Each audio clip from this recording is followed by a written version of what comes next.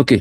Bénissons le Seigneur pour la grâce et le privilège qu'il nous accorde de nous retrouver ce soir pour continuer l'étude du livre Le chemin de l'obéissance. Prions ensemble. Seigneur Dieu Tout-Puissant, nous te bénissons et nous te rendons grâce, Seigneur. Merci pour la grâce et le privilège que tu nous accordes de nous retrouver ce soir pour continuer l'étude du livre Le chemin de l'obéissance. Merci grandement, Père éternel, au nom puissant du Seigneur Jésus-Christ.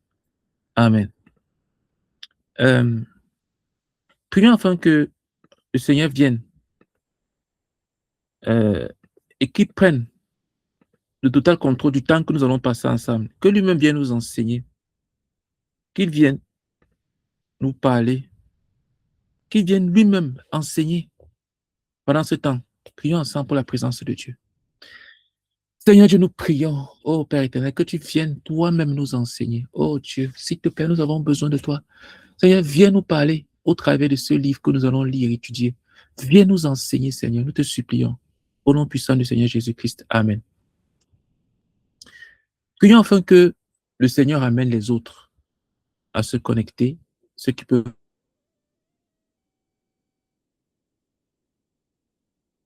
suivre en direct, et qu'il permette que cet enseignement soit écouté par des millions de personnes, qu'il permette que cet enseignement soit diffusé, partagé et écouté par des millions de personnes à travers le monde. Prions ensemble. Seigneur, je te supplions au nom puissant de ton Fils Jésus-Christ. Amène les autres à se connecter, à nous rejoindre, qu'on puisse démarrer ensemble, Seigneur, s'il te plaît, oh Dieu. Et permets que cet enseignement, après sa diffusion, soit partagé, Seigneur éternel, oh Dieu Tout-Puissant, et qu'il soit écouté par des millions et des millions de personnes à travers le monde. Nous te supplions, au nom puissant du Seigneur Jésus-Christ. Amen. Prions pour que le Seigneur bénisse toute personne qui va écouter cet enseignement avec un cœur honnête et bon. Un cœur honnête, c'est un cœur qui ne se justifie pas devant la vérité. C'est un cœur que lorsqu'il est confronté à la parole de Dieu, à ce que la parole de Dieu dit, même lorsque elle le condamne, il s'avoue coupable, il ne se justifie pas, il ne se défend pas devant la vérité. C'est un cœur qui est honnête, qui ne vient pas écouter la parole de Dieu avec des préjugés, mais qui se laisse totalement, entièrement scanner, transpercer par la vérité de la parole de Dieu. Ça, c'est un cœur honnête. Et un cœur bon, ce n'est pas un cœur qui est très généreux, comme les gens peuvent le croire, ou bien un cœur qui est très humble, non, pas du tout.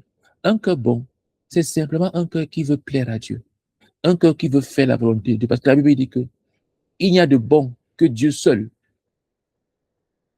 Donc, si j'ai un cœur bon, ça veut dire que mon cœur doit être comme le cœur de Dieu, parce qu'il n'y a que Dieu seul qui soit bon. Donc, un cœur bon, c'est un cœur qui veut plaire à Dieu. Donc, quand j'écoute la parole de Dieu, quand j'écoute un enseignement, je dois l'écouter avec une attitude d'obéissance. J'écoute l'enseignement pour obéir, pas pour augmenter ma connaissance, pas pour apprendre de nouvelles choses, non. On n'écoute pas l'enseignement pour apprendre de nouvelles choses, parce que la Bible dit que la connaissance enfle, mais l'amour édifie, l'amour bénit. Donc quand j'écoute la parole de Dieu, quand j'écoute un enseignement, je dois l'écouter avec un cœur qui veut obéir à Dieu, qui veut plaire à Dieu, qui veut faire la volonté de Dieu. Quel que soit mon contexte dans lequel je suis, quelles que soient mes faiblesses, mes défauts, tout ce que l'on veut. Mais au fond de mon cœur, ce que je désire pleinement, c'est faire la volonté de Dieu. Voilà un cœur qui est bon. Donc, prions pour que le Seigneur accorde à toute personne qui va écouter cet enseignement d'avoir un cœur honnête et un cœur bon. Prions ensemble. Seigneur Dieu, nous te supplions, oh Père éternel, s'il te plaît, visite-nous, Seigneur. Visite-nous et accorde-nous d'avoir un cœur honnête et bon. Accorde à chaque personne qui va écouter cet enseignement, Père éternel, d'avoir un cœur honnête et bon, un cœur honnête et bon, s'il te plaît, Père, au nom puissant de ton Fils Jésus-Christ. Amen. Et dernier sujet de prière. Prions afin que le Seigneur nous accorde la grâce d'être totalement et radicalement transformés au travers de ce que nous allons écouter. La Bible dit que la foi vient de ce que l'on entend. Et ce que l'on entend vient de la parole de Christ. Donc, quand tu écoutes quelque chose qui est la parole de Christ, tu crois dans ton cœur, tu confesses de ta bouche, ça va produire une transformation à l'intérieur de toi. Ça va produire la foi. Prions pour une transformation radicale de toutes les personnes qui vont écouter cet enseignement, que personne qui écoute cet enseignement ne reste la même. Prions pour la visitation de Dieu, prions ensemble. Seigneur Dieu, nous te supplions, ô Père éternel, nous prions pour une transformation radicale de toute personne qui va écouter l'enseignement de ce jour, Seigneur, s'il te plaît. Nous prions, Père éternel, que les gens soient totalement et radicalement transformés, Seigneur, s'il te plaît, oh Dieu. Visite-nous, Seigneur, visite-nous. Accorde à chaque personne qui écoute cet enseignement d'être une nouvelle personne après l'avoir écouté, Seigneur. Au nom puissant du Seigneur Jésus-Christ. Amen. Alléluia. OK. Alors, nous sommes en train d'étudier le livre Le chemin de l'obéissance, écrit par le professeur Zacharias Tane-Fomon. C'est la suite du livre Le chemin de la vie. Dans le chemin de la vie, le frère Zach, c'est comme ça qu'on appelle le professeur Zacharias Tane-Fomon, on l'appelait frère Zach parce que c'était un pasteur. Il est déjà décédé, il avait le Seigneur Jésus-Christ en ce moment. Donc, on l'appelait frère Zach. Et très communément, quand je parle de lui, je parle toujours de frère Zach. Et donc, le frère Zach, dans son premier livre, Le chemin de la vie, qui est aussi disponible sur le site, la page YouTube Génération ZTF, il y a aussi toute une liste d'enseignements qu'on a fait là-bas sur le chemin de la vie. Donc, dans ce livre-là, il enseigne comment avoir une relation avec Jésus-Christ.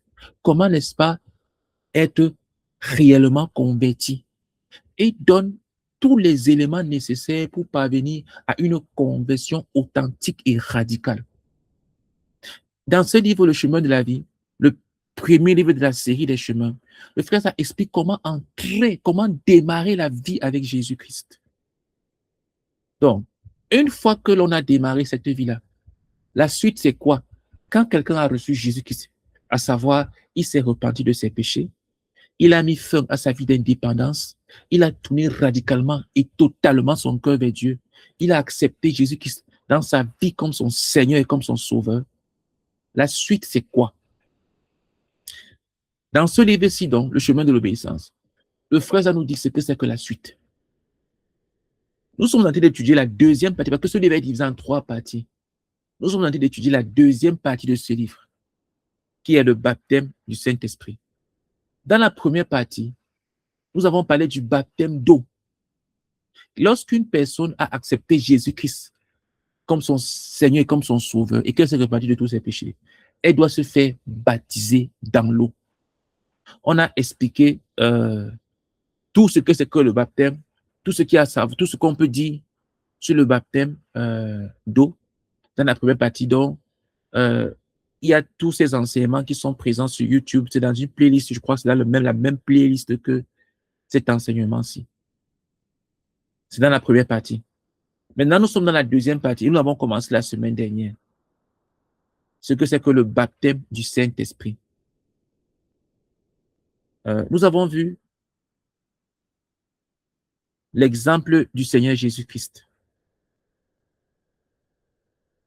Nous avons dit que Jésus lui-même a connu l'expérience de ce qu'on appelle le baptême dans le Saint-Esprit. Lorsqu'il a été baptisé d'eau et qu'il est sorti de l'eau, la Bible dit que le ciel s'est ouvert et le Saint-Esprit est descendu sur lui sous la forme d'une colombe. Donc le baptême du Saint-Esprit est le baptême qui vient après le baptême d'eau. C'est le baptême qui ne peut être fait que par le Seigneur Jésus-Christ. Aucun homme ne peut te baptiser du Saint-Esprit. Les hommes vont te baptiser d'eau. Mais le baptême du Saint-Esprit ne peut être fait que par le Saint-Esprit, par le Seigneur Jésus-Christ. Alors, nous avons vu son expérience. Nous avons vu que le baptême du Saint-Esprit, c'est la suite logique du baptême d'eau. Quelqu'un qui a réellement été baptisé d'eau, il doit connaître l'expérience du baptême dans le Saint-Esprit. On a vu que ce n'est pas au baptême du Saint-Esprit que l'Esprit est venu sur Jésus, non. Jésus-Christ a été conçu par le Saint-Esprit, donc il avait le Saint-Esprit depuis sa conception. Notre Seigneur, il n'y a pas eu un instant où il n'a pas eu le Saint-Esprit. Donc, le baptême du Saint-Esprit, ce n'est pas la venue du Saint-Esprit sur le Seigneur Jésus-Christ. Comme on a dit que le ciel s'est ouvert et le Saint-Esprit est descendu sous la forme d'une colombe sur lui, non. Le baptême dans le Saint-Esprit, ce n'est pas la venue. L'Esprit de Dieu était déjà sur le Seigneur dès sa conception. Il a toujours eu l'Esprit parce qu'il est Dieu. Il a toujours eu l'Esprit de Dieu sur lui.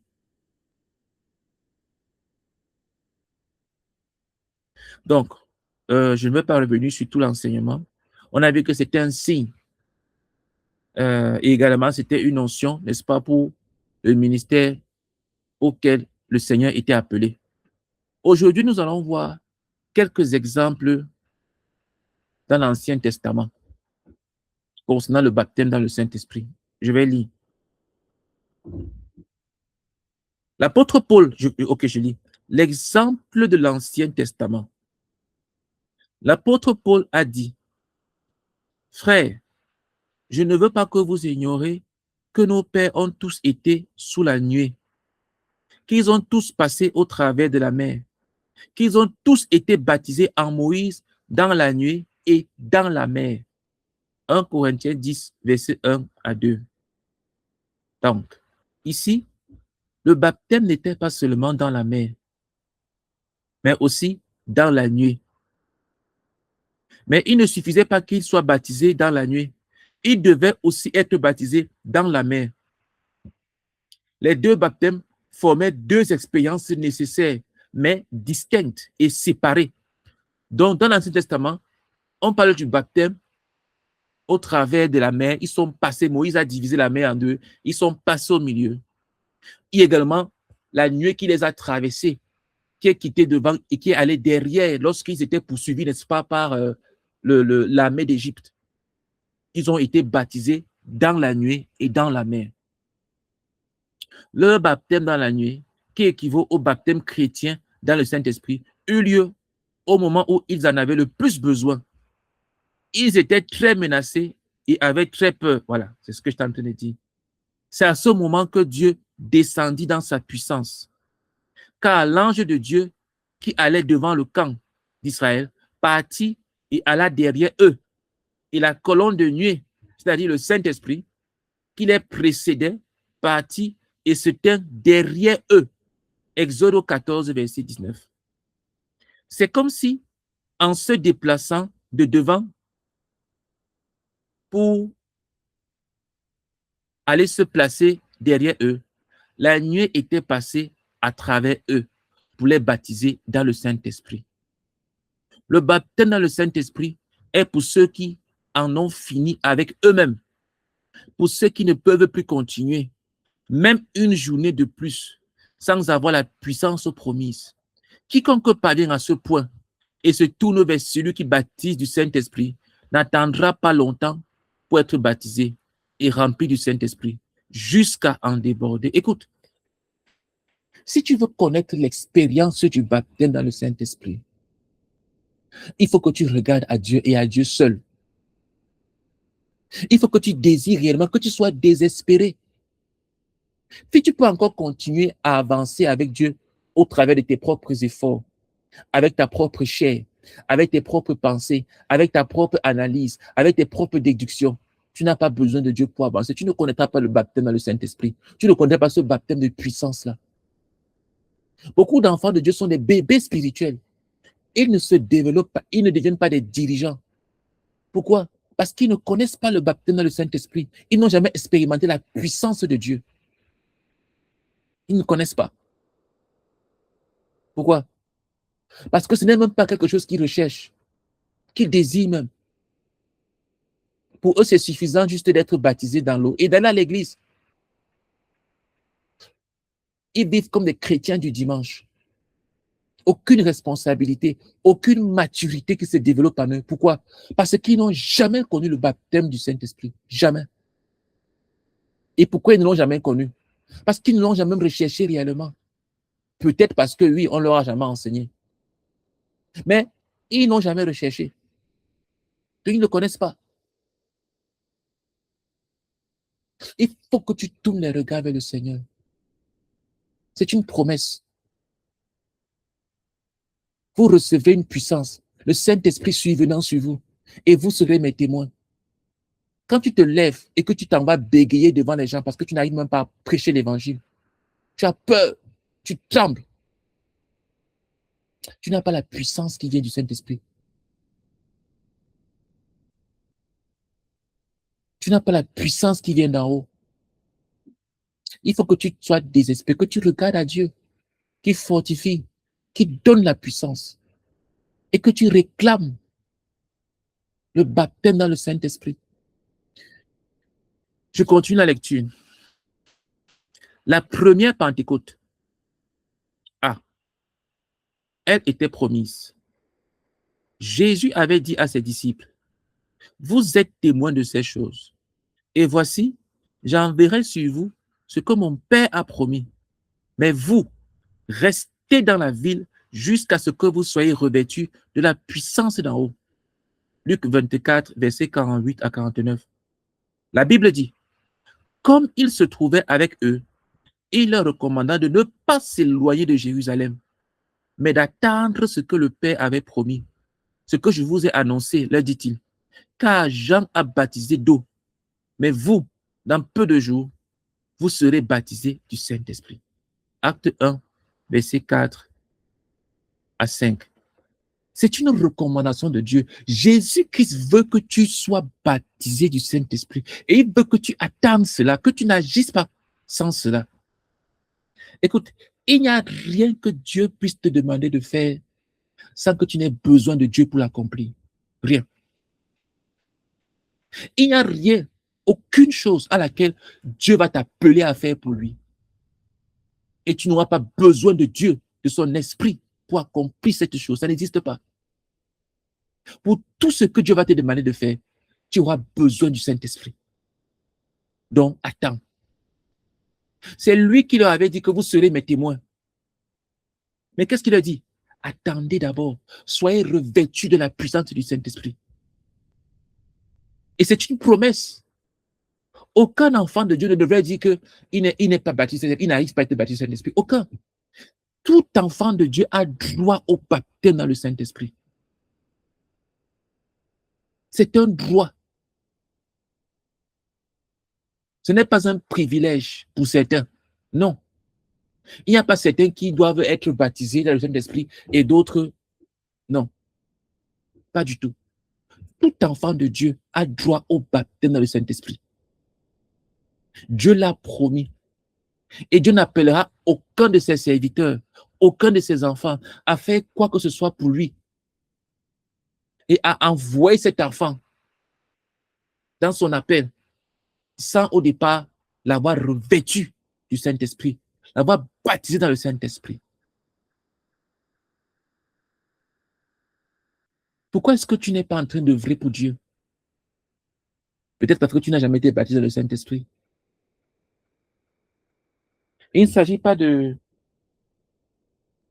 ce que les gens font. Ils parlent des langues, ils font des trucs. Non. Il y a quelque chose qu'on appelle être revêtu de la puissance du Saint-Esprit.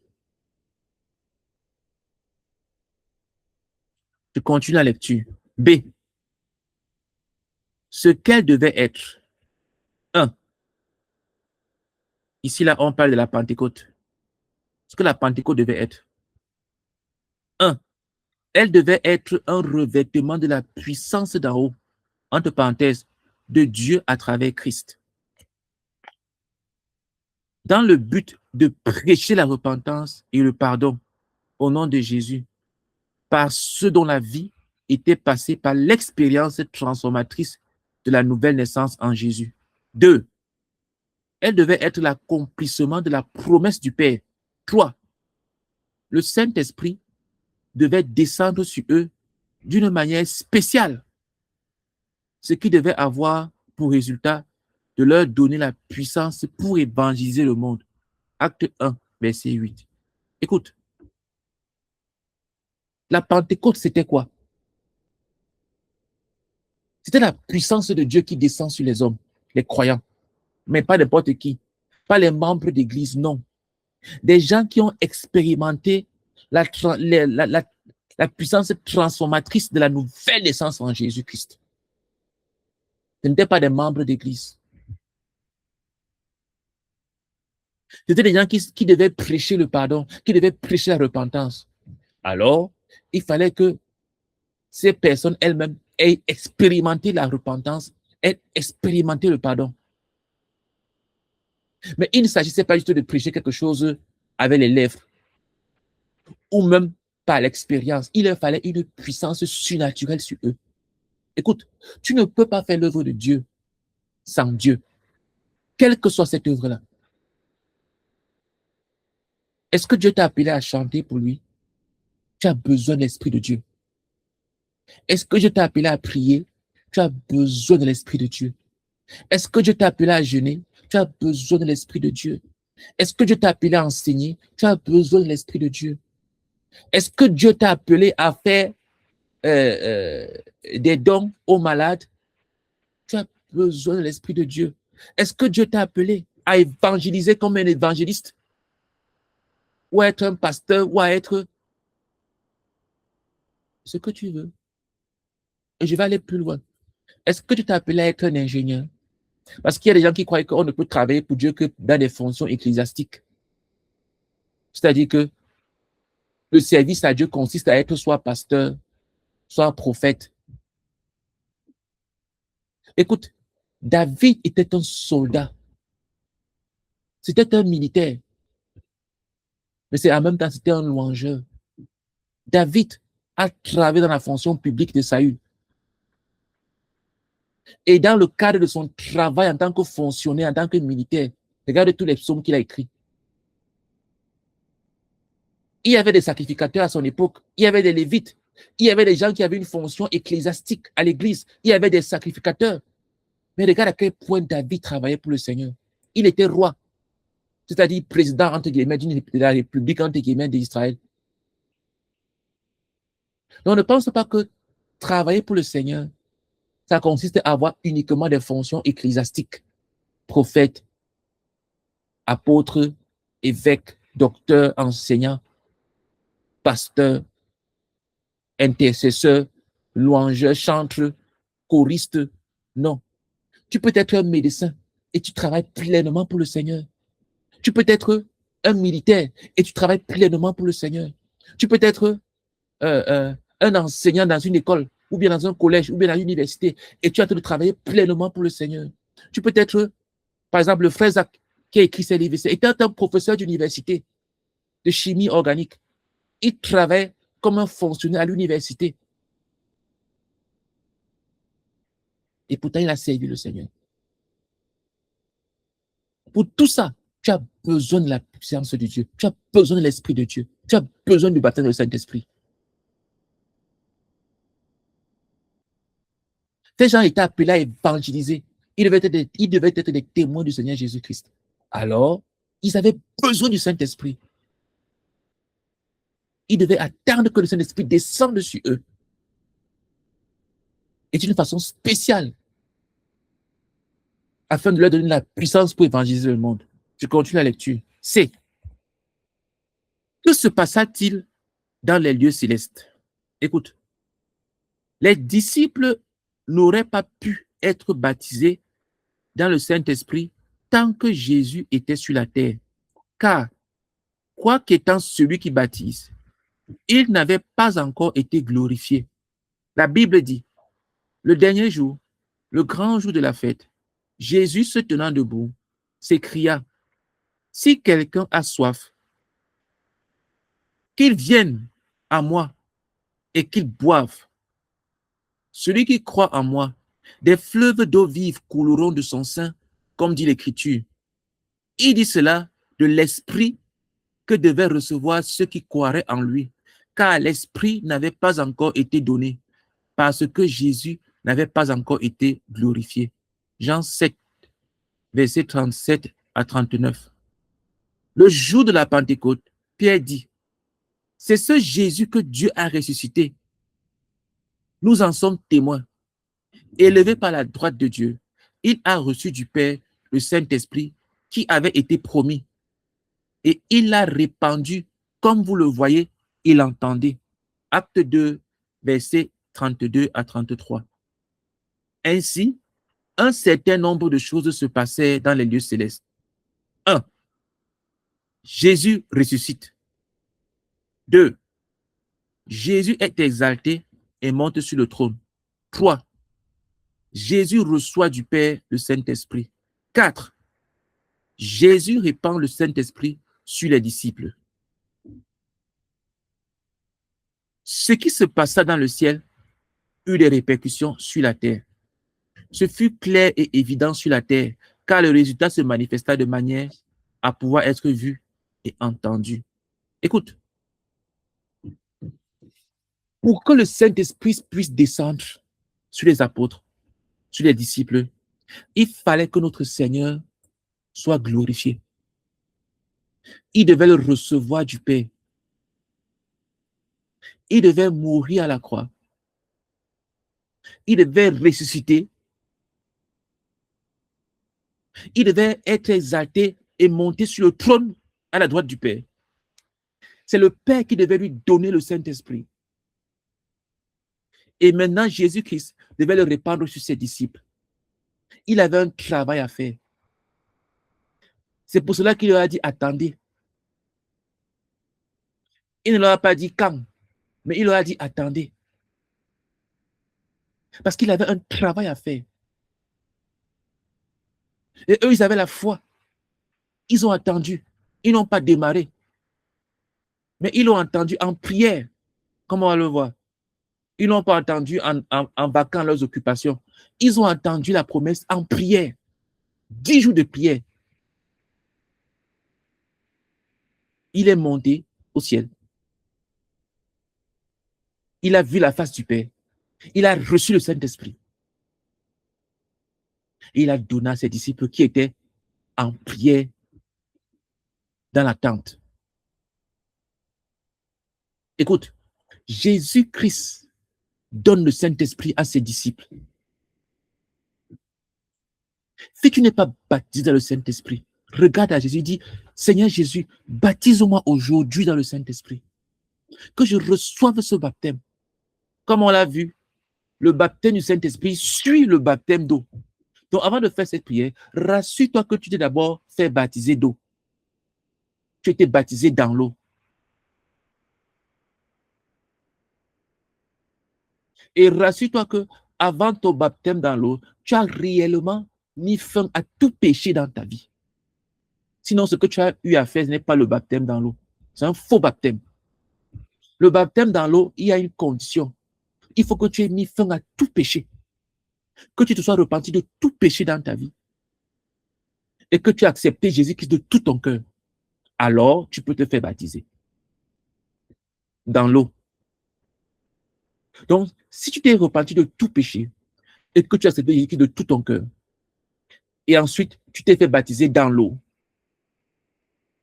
maintenant, regarde à Jésus et demande à être baptisé dans le Saint-Esprit. C'est une promesse. Les disciples ont été en prière en attendant cette promesse-là. Et ils l'ont reçue. Regarde, on continue la lecture. D. La préparation de la première Pentecôte. La première chose qui s'accomplit pendant cette préparation fut la séparation d'avec le monde. La petite compagnie de croyants retourna du mont des Oliviers à Jérusalem. Ils montèrent dans la chambre haute où ils se tenaient d'ordinaire. Acte 1, versets 12 à 13. Ils étaient séparés du monde et aussi séparés de tous ceux qui ne voulaient pas du baptême dans le Saint-Esprit ou qui ne s'en occupaient pas. Ils étaient aussi séparés du péché. Car comment aurais-tu pu s'attendre au Seigneur si le péché était encore dans leur cœur? Ils s'étaient séparés pour Dieu. Dieu était leur unique souci et leur seul réconfort. C'est lui qu'ils voulaient. Écoute, si tu veux recevoir le baptême dans le Saint-Esprit, c'est pas toi du monde. Le monde, c'est quoi? Le monde, c'est tout ce qui n'a pas besoin de Dieu. Tout système où Dieu n'est pas pertinent. S'il te plaît, retire ton cœur dedans.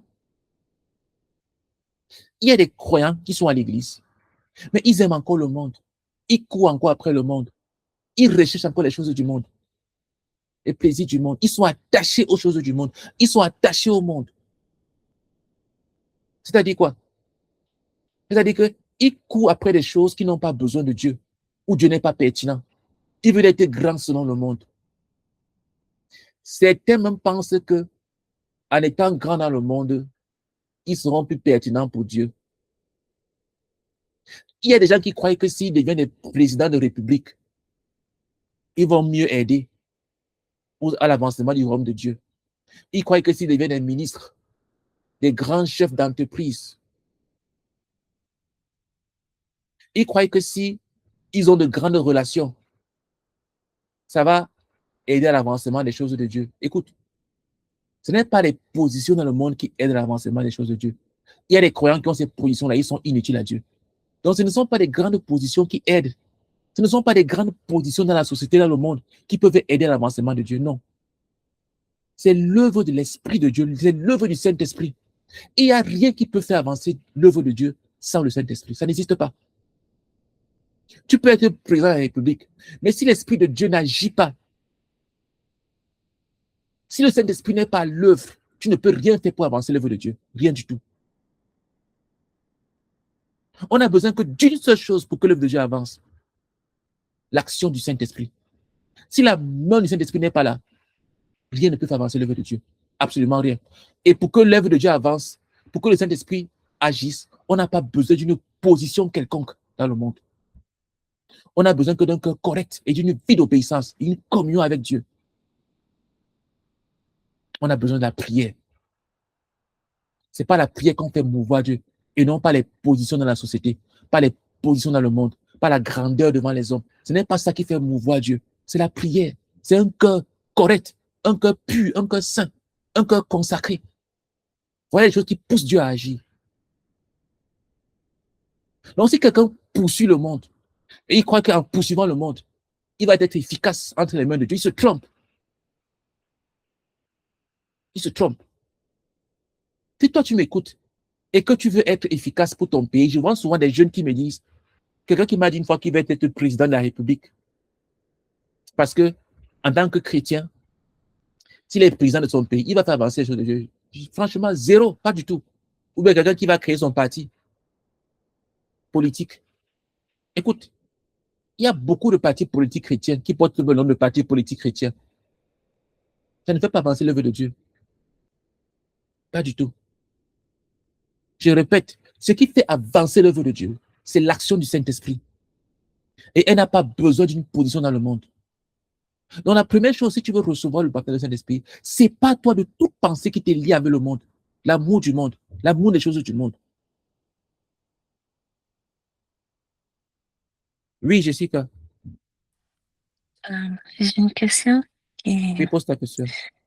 elle dit qu'il faut se séparer de l'amour du monde. Est-ce que ça inclut aussi, par exemple, si en ce moment on est à la Coupe du Monde et on est tous derrière ça, est-ce qu'en tant que chrétien, se focaliser sur ça aussi, ça peut nous séparer du Seigneur?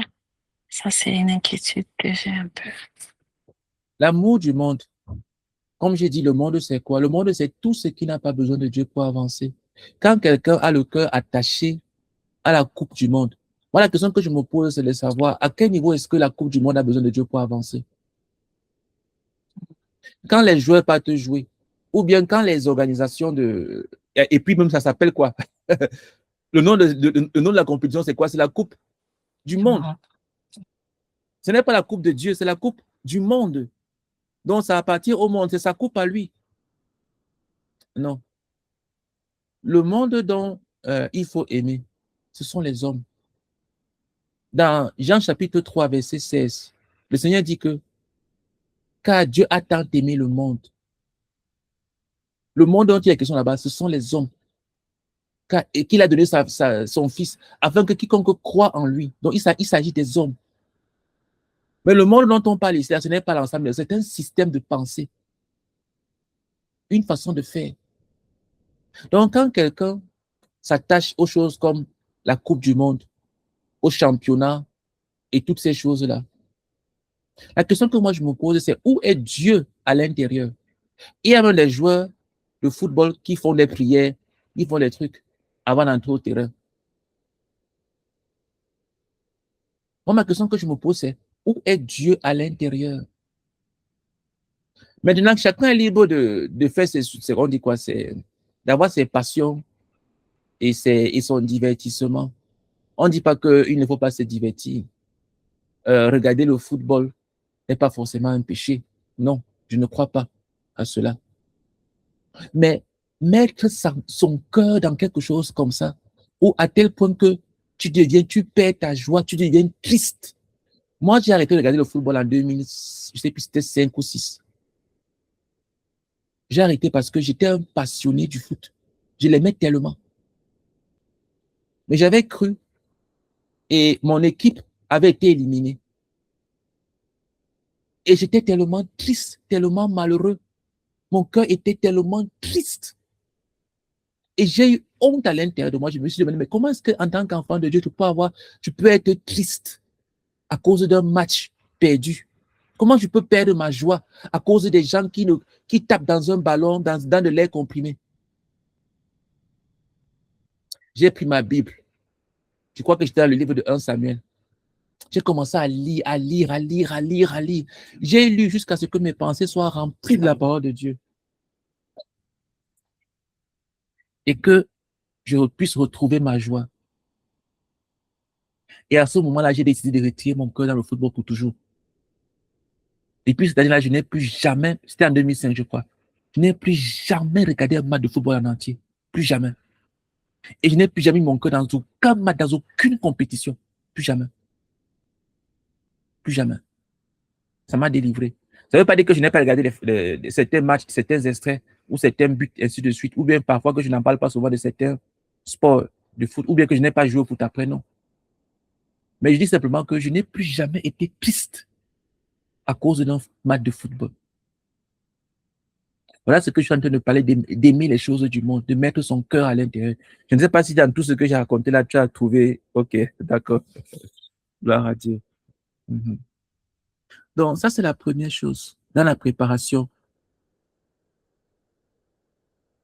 pour recevoir le baptême du Saint-Esprit. S'il te plaît, sépare-toi des choses du monde. Enlève, retire ton cœur dedans. Retire ton cœur des gens qui ne veulent pas.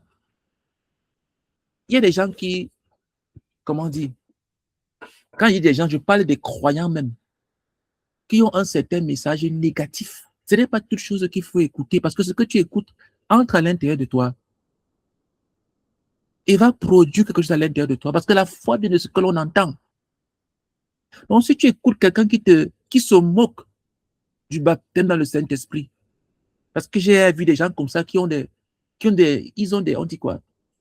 Ils font de la moquerie du baptême du Saint-Esprit, ils se moquent. Si tu écoutes de telles personnes, tu ne peux pas être baptisé dans le Saint-Esprit. C'est pas toi de toute personne, de tout discours. Ou bien des gens qui te montrent qu'on n'a pas besoin du Saint-Esprit pour travailler pour Dieu.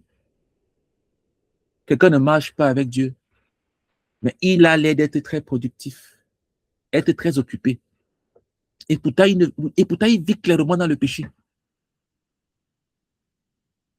De telles personnes peuvent te faire croire qu'on peut être productif avec Dieu, alors qu'on n'est pas en communion avec lui. Il faut éviter un tel environnement.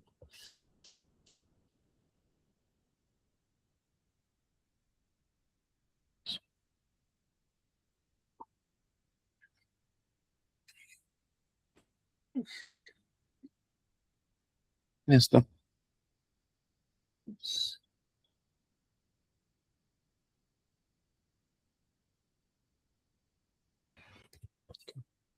Donc, il faut éviter un tel environnement.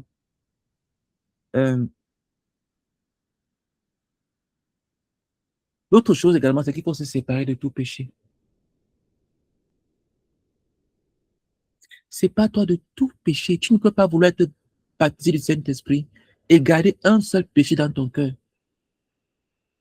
Tu seras en train de te séduire, de te tromper toi-même. Donc, tu vas mettre fin à tout péché que le Saint-Esprit va pointer dans ta vie. Il y a des gens, je me souviens, une sœur, elle voulait être baptisée dans le Saint-Esprit. J'ai arrêté sa main.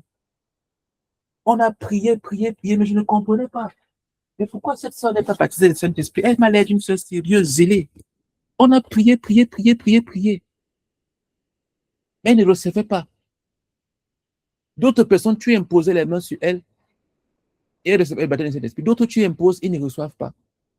Écoute, si tu vis dans le péché quelconque, avec un péché dans ton cœur, tu ne peux pas être baptisé dans le Saint-Esprit. L'Esprit de Dieu ne va pas descendre sur toi alors qu'il y a le péché dans ta vie, clairement que tu connais et que tu pratiques. Donc, tu dois te séparer de tout péché. Déjà, même que s'il y a le péché dans ta vie, tu ne peux pas désirer réellement être baptisé du Saint-Esprit. Parce que le péché éloigne de Dieu. Quiconque pratique le péché n'a pas de communion avec Dieu. Donc, il ne peut même pas avoir le désir. Peut-être même que ce que tu as comme problème, comme manque même de désir, c'est parce que tu as le péché dans ta vie. Le péché éloigne du désir de Dieu. Le péché fait en sorte que tu n'as même pas envie d'être en communion avec Dieu. Tu ne peux pas avoir le péché en même temps et vouloir Dieu en même temps. Ce n'est pas possible. Les gens se séduisent. Ils croient qu'ils peuvent garder le péché et en même temps avoir Dieu. Ce n'est pas possible. Quiconque garde le péché, automatiquement, a choisi de s'éloigner de Dieu. Et quiconque se rapproche de Dieu, automatiquement, a choisi de chasser le péché de sa vie. Les deux sont éternellement exclusifs. Donc, si tu veux être baptisé du Saint-Esprit, éloigne tout péché de ta vie, toute souillure. Ça, c'était la première chose dans la préparation. Voyons la deuxième chose qu'ils ont fait. La deuxième, je continue la lecture. La deuxième chose qu'ils firent fut de réaliser leur union. La Bible dit, tous d'un commun accord, acte 1, verset 14, ils n'étaient pas divisés dans leur attente. Ils connaissaient tout ce qui avait été promis et ils l'attendaient. Il est presque impossible de voir dans une même assemblée des chrétiens qui se querellent et qui sont divisés recevoir la puissance du Seigneur. Le plus important n'était pas simplement le fait d'être assemblés sous un même toit. Ce qui était capital, c'était qu'ils soient d'un commun accord. Il n'y avait pas de distinction de sexe. Les hommes aussi bien que les femmes étaient là, car Dieu ne fait pas de discrimination. Donc, tu ne peux pas être dans une communauté où les gens ne marchent pas avec Dieu. Il y a des querelles, il y a des problèmes de division, et tu crois que tu vas recevoir le baptême de Saint-Esprit dans un tel endroit. L'Esprit de Dieu ne peut pas descendre. Lorsque le pasteur se dispute avec ses anciens, avec les diacres, lorsque il y a tel problème à tel endroit, dans tel département, non. L'Esprit de Dieu est un esprit d'ordre, de communion, d'amour et de paix. Il faut un commun accord. Les gens qui sont en train de se disputer ont chassé l'Esprit de Dieu. Donc, tu ne peux pas dire que j'ai réellement accepté Jésus-Christ.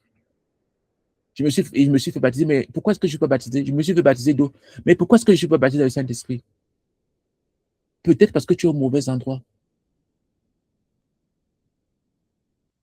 Peut-être parce que tu es au mauvais endroit. Un endroit où il y a les querelles, où il y a le mensonge, où il y a le vol, où il y a des animosités. Comment l'Esprit de Dieu peut descendre? S'il descend, ce sera pour juger, pour frapper, et non pas pour bénir. On continue. La troisième chose fut qu'ils persévéraient dans la prière. Ils ne se sont pas contentés de prier. Ils ont persévéré dans la prière. Ils en ont fait leur première et leur seule préoccupation. La persévérance dans la prière fut la clé des événements qui suivirent. Ils le savaient. Depuis le jour où Jésus leur avait enseigné la persévérance dans la prière, Luc 11, verset 1 à 13, il avait terminé Jésus en disant, si donc, méchants comme vous l'êtes, vous savez donner de bonnes choses à vos enfants, à combien plus forte raison le Père Céleste donnera-t-il le Saint-Esprit à ceux qui le lui demandent? Luc 11, verset 13. Donc, ils savaient que le Père était désireux de leur donner le Saint-Esprit, comme Jésus le leur avait promis. Mais ils savaient aussi que des mauvais esprits pourraient s'y opposer et bloquer la bénédiction. Entre parenthèses, Daniel 10, verset 2 à 21. Ils le savaient Et ceci les fit persévérer dans la prière. Écoute, si tu veux être baptisé dans le Saint-Esprit, demande à Dieu. Demande au Seigneur Jésus-Christ et continue de demander. C'est une promesse. Et dis pas que j'ai déjà trop demandé. Demande. Dis, Seigneur Jésus-Christ, baptise-moi dans le Saint-Esprit. Il n'y a pas une chose dans ma vie que je connais et je vois que tu ne veux pas. Et je continue à faire cette chose. Non. J'ai mis fin à tout péché dans ma vie. Voici mon cœur qui est devant toi. S'il te plaît, descends et baptise-moi dans le Saint-Esprit. Baptise-moi dans le Saint-Esprit. Baptise-moi dans le Saint-Esprit.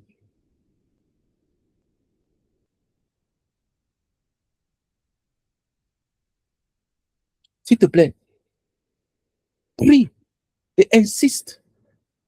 Et prie avec assurance. Ne prie pas. C'est pas parce qu'on a dit qu'il faut prier et puis tu passes à autre chose. Non. Prie avec un esprit d'attente. C'est une promesse. C'est-à-dire que ça vient. Tu ne pries pas à la prière. Tu pries à quelqu'un qui écoute, qui entend.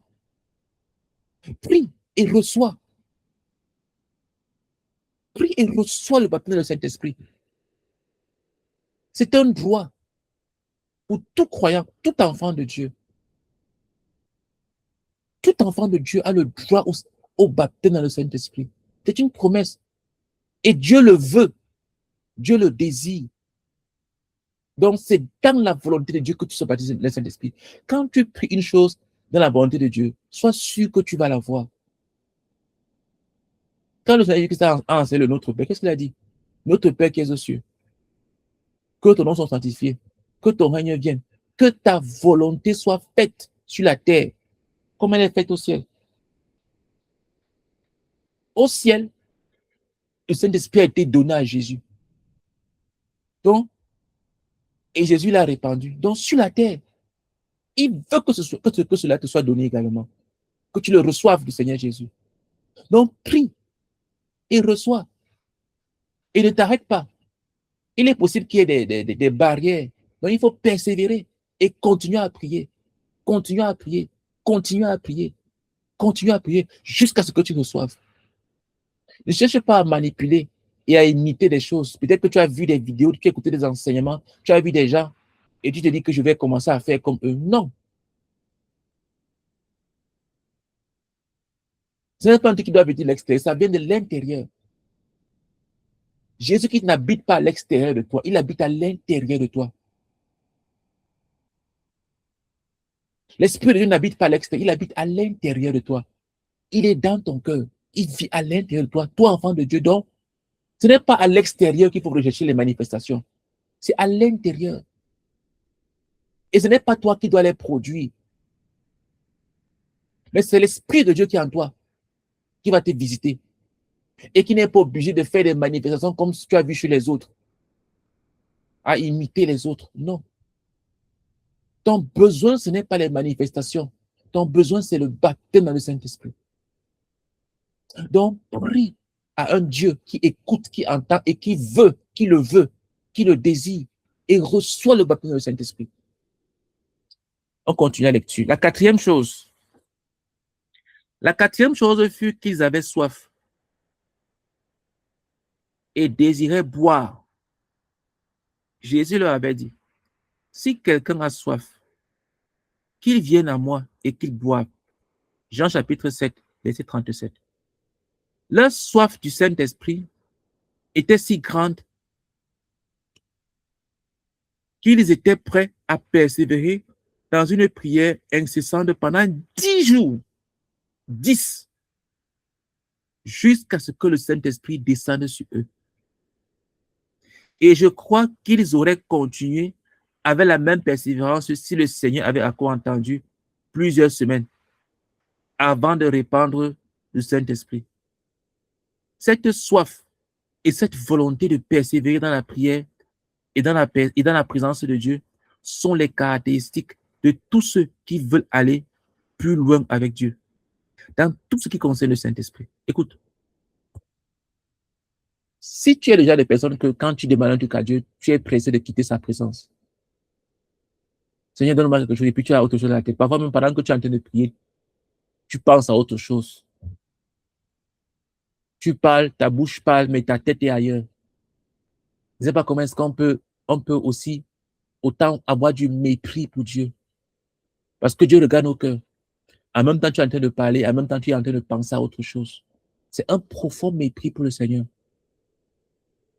Que tes paroles soient dissociées de tes pensées.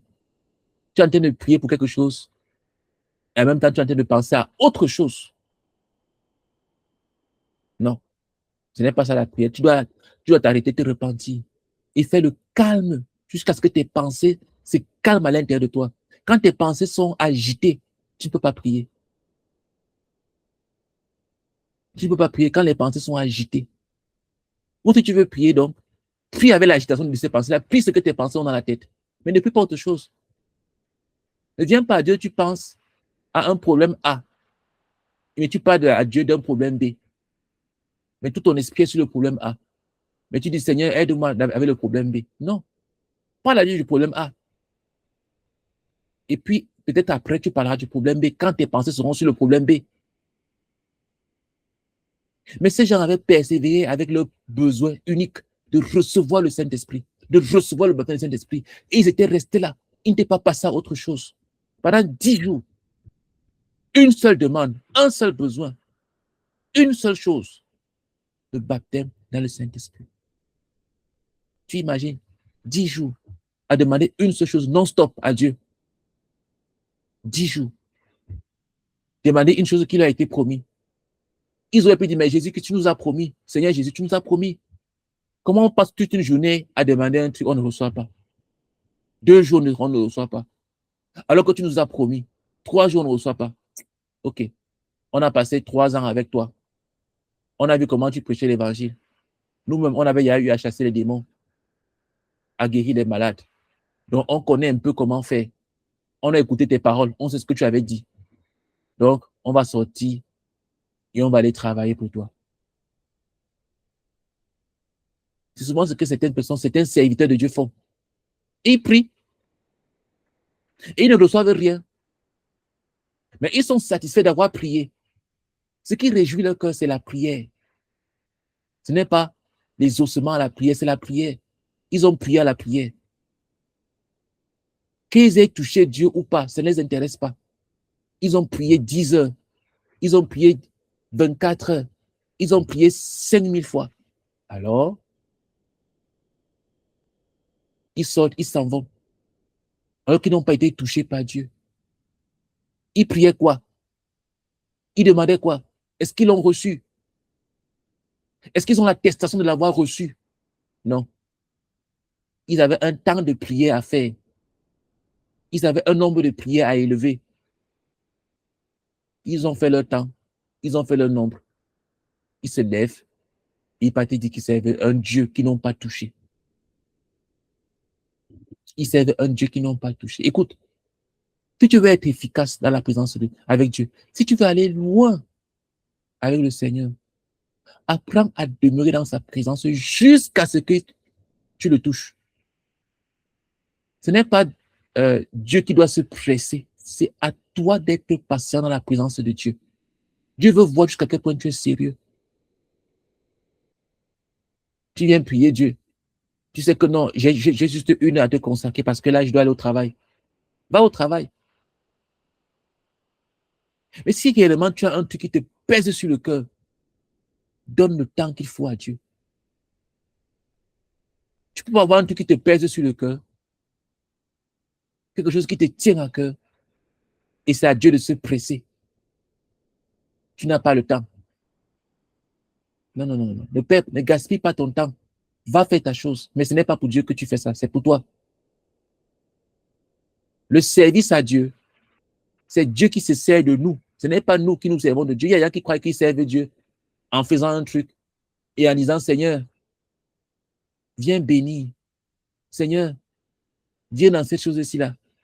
Seigneur, envoie ton esprit, envoie ta puissance. C'est une chose qu'eux-mêmes, ils ont commencé.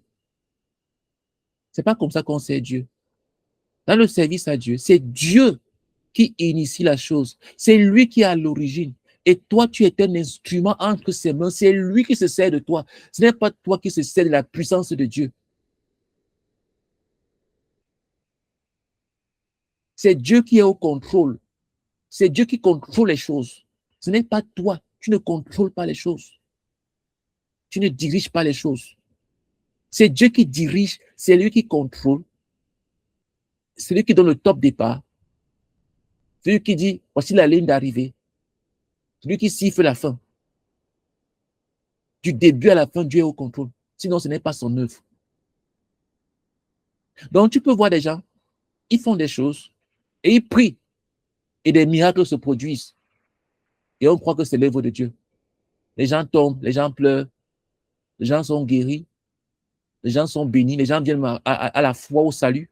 Mais ce n'est pas l'œuvre de Dieu. Ce n'est pas l'œuvre de Dieu. C'est peut-être la puissance de Dieu, mais ce n'est pas l'œuvre de Dieu. On peut chasser les démons au nom de Dieu, au nom de Jésus, sans travailler pour Dieu. On peut se servir de la puissance de Dieu sans être au service de Dieu.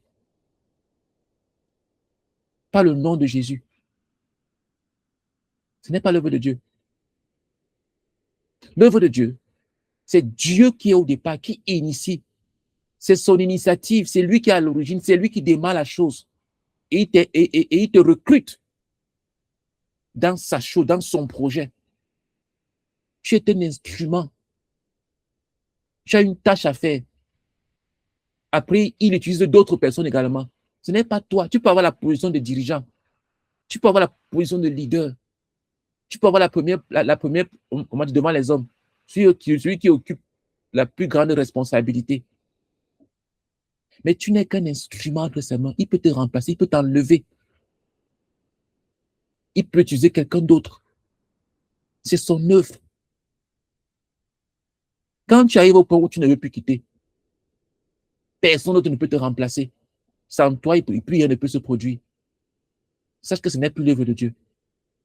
Au départ, peut-être c'était l'œuvre de Dieu, mais tu as fait un hold-up, tu as fait un coup d'état à Dieu. Tu as arraché son œuvre et tu seras jugé pour cela. Donc, s'il te plaît, que tu veux servir le Seigneur, apprends à rester dans sa présence jusqu'à ce que tu reçoives le baptême du Saint-Esprit. Jusqu'à ce que tu sois revêtu de l'onction de Dieu. Jusqu'à ce que tu sois touché par Dieu. Ne cherchez pas à créer des choses, à produire des choses, à vouloir manifester des choses, mais reste dans sa présence jusqu'à ce que cela se produise. On va s'arrêter là. On ne va pas voir la partie E. Samedi prochain, par la grâce de Dieu, on parlera de comment est-ce que le Saint-Esprit a été reçu. On le verra. On va s'arrêter là pour ce soir. Gloire à Dieu. Pardon. Prions enfin que le Seigneur nous ouvre les cœurs, qu'il ouvre nos yeux pour voir que le baptême dans le Saint-Esprit est une promesse. Dieu t'a promis, toi qui m'écoutes et qui n'es pas baptisé dans le Saint-Esprit, sache que Dieu t'a promis le baptême dans le Saint-Esprit. Dieu t'a promis cela. En tant qu'enfant de Dieu, c'est un droit. Puis que le Seigneur ouvre tes yeux et que tu vois cela. Prions ensemble. Seigneur, je prie au nom puissant de ton Fils Jésus-Christ afin que tu ouvres nos yeux. Ouvre les yeux de chacun de tes enfants qui a écouté ce message pour voir que le Saint-Esprit, le don du Saint-Esprit, le baptême du Saint-Esprit est une promesse pour tous les enfants de Dieu. Seigneur, je prie que cela soit clair aux yeux de quiconque a écouté ce message, que le baptême du Saint-Esprit est un don et une promesse de Dieu. S'il te plaît, Seigneur, au nom puissant du Seigneur Jésus-Christ. Amen. Prions enfin que le Seigneur nous montre que nous comprenions que nous ne pouvons pas servir Dieu sans Dieu. Nous avons besoin du Saint-Esprit pour servir Dieu. Nous avons besoin d'être revêtus de la puissance de Dieu, du Saint-Esprit pour servir Dieu. Aucun enfant de Dieu ne peut servir le Seigneur sans avoir besoin du Seigneur. Aucun. Et il n'y a aucun appel que Dieu va t'envoyer sans t'avoir revêtu de son nom, de son esprit, sans t'avoir baptisé du Saint-Esprit. Prions pour que nous comprenions cette vérité, que nous avons besoin du Saint-Esprit pour servir le Seigneur, dans quoi que ce soit qu'il nous appelle à faire pour lui. Même servir aux tables, même quelqu'un qui fait juste le café, même quelqu'un qui nettoie les bancs, les chaises à l'église. Il a besoin d'être rempli du Saint-Esprit. Il a besoin de la puissance du Saint-Esprit pour le faire. Prions que nous comprenions cela, prions ensemble. Père éternel, nous te supplions, ouvre nos yeux, Seigneur, s'il te plaît, Père éternel, et accorde à chacun d'entre nous et à tous ceux qui ont écouté ce message, Père éternel, de comprendre que nous avons besoin du Saint-Esprit pour te servir. Nous avons besoin d'être baptisés du Saint-Esprit pour te servir. Il n'y a rien que tu puisses nous appeler à faire pour toi sans que nous ayons besoin du Saint-Esprit pour l'accomplir. Seigneur, je prie que cette vérité soit claire aux yeux de quiconque a écouté ce message. Au nom du Seigneur Jésus-Christ. Amen. Et enfin, prions enfin que le Seigneur nous accorde la grâce. Accorde à quiconque veut être baptisé de Saint-Esprit de se préparer. Nous avons vu comment se préparer. C'est une promesse. Mais peut-être que tu n'es pas prêt